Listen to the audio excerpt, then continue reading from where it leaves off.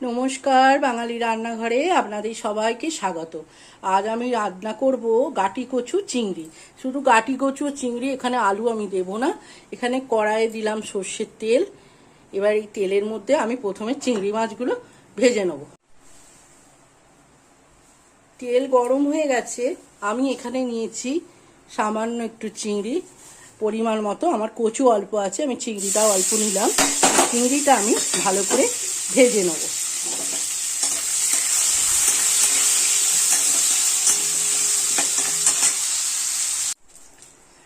ওই তেলের মধ্যে আমি চিংড়িগুলোকে ভেজে তুলে নিয়েছি হালকা। ওই তেলের মধ্যে দেবো একটা শুকনো লঙ্কা, একটা তেজপাতা, আর দেবো সামান্য একটু জিরে।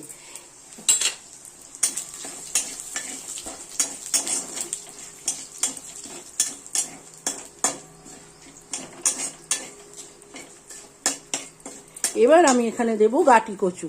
আমি এখানে ওই 250 মতো গাটি কচু নিয়েছি। শুদ্ধ কচুগুলোকে আমি এবার এই তেলের মধ্যে একটু লাল লাল করে ভেজে নেব।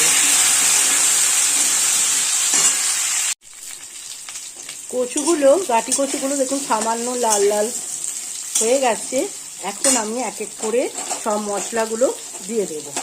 এখানে দেব 1 চামচে আদা জিরে বাটা, আর দেব একটুখানি ধনে গুঁড়ো, আর দেব সামান্য একটু হলুদ, আর দেব কাশ্মীরি লঙ্কা।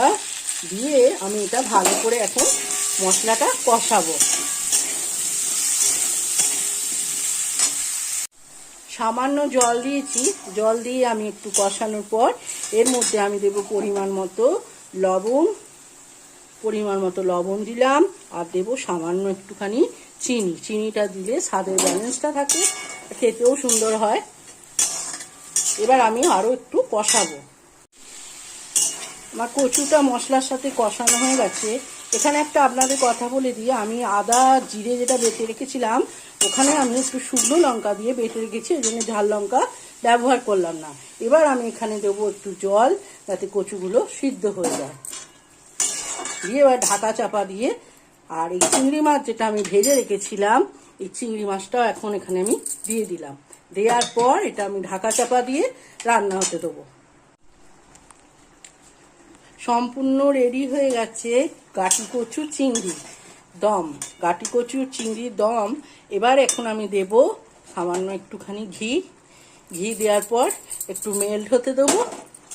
আপনাদের এই রেসিপিতে অনেকে আলু দিয়েও করেন, তো একবার কচু দিয়ে আর গাটি